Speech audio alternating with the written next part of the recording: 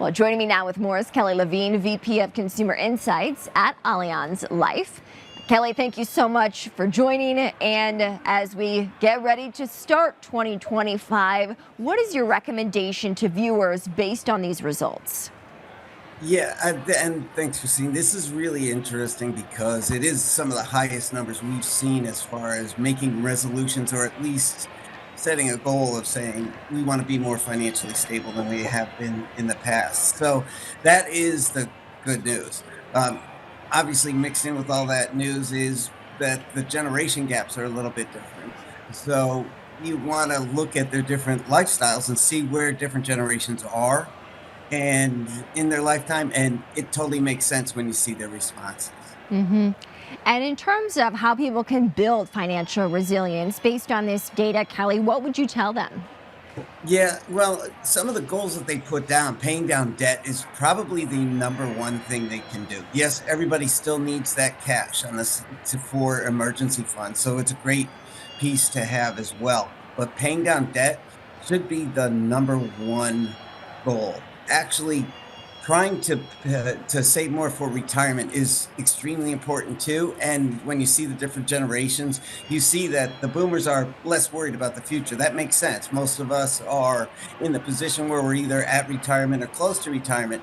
And when you see the Gen Xers more concerned about saving for retirement, that makes sense too. And it's now the millennials who are reaching that point in life where they're starting to have children. They're starting to see all these different debts arise, paying mortgages, and they're saying, wow, I really need to be a little more responsible with my money hmm as well. So all of these things kind of add up to you really need professional advice. You can't do this on your own. You need to have a financial advisor. Even if you think, oh, I don't have enough money to have a financial advisor, you really should concentrate on finding somebody who's a professional who can help you to put a plan together, because hmm you're not going to succeed if you don't have a plan. What is a good way to put a plan in place to build those goals and map out a system that makes some of those goals actually feasible? Yeah, well, it's actually some hard work. You have to put together a realistic picture of how much you actually spend, and then put that together with how much you can possibly save. And just try to make sure that you're living within your budget. A lot of the results that we saw said they were spending more than they made, which is, if you're buying food and drugs, your prescriptions, that's not an option. You do have to spend more.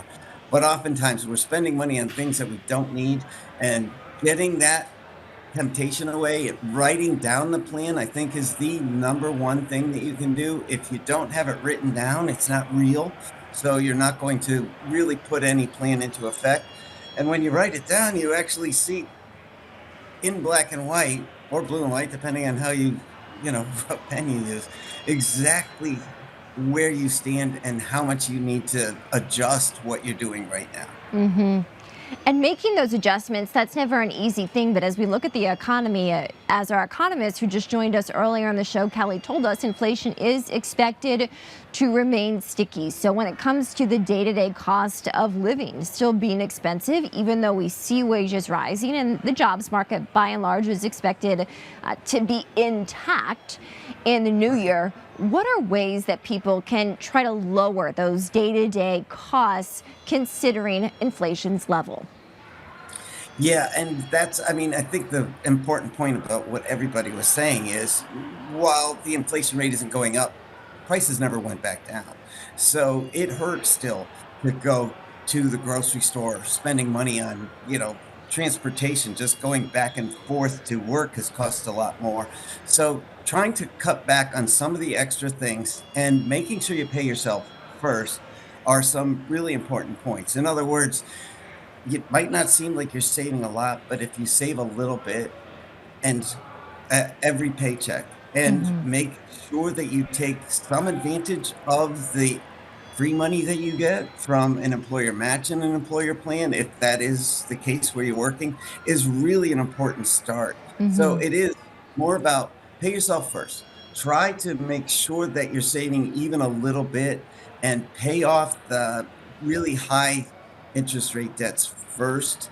that's going to make you see some progress in a very short period of time. Hmm. So you want to make sure that you celebrate in a way that isn't too extravagant. Celebrate those wins as well. Don't Hmm. make it an onerous task, because just like every other resolution that people make at the beginning of every year, it won't last if you're suffering. So give yourself a little bit of a break every once in a while.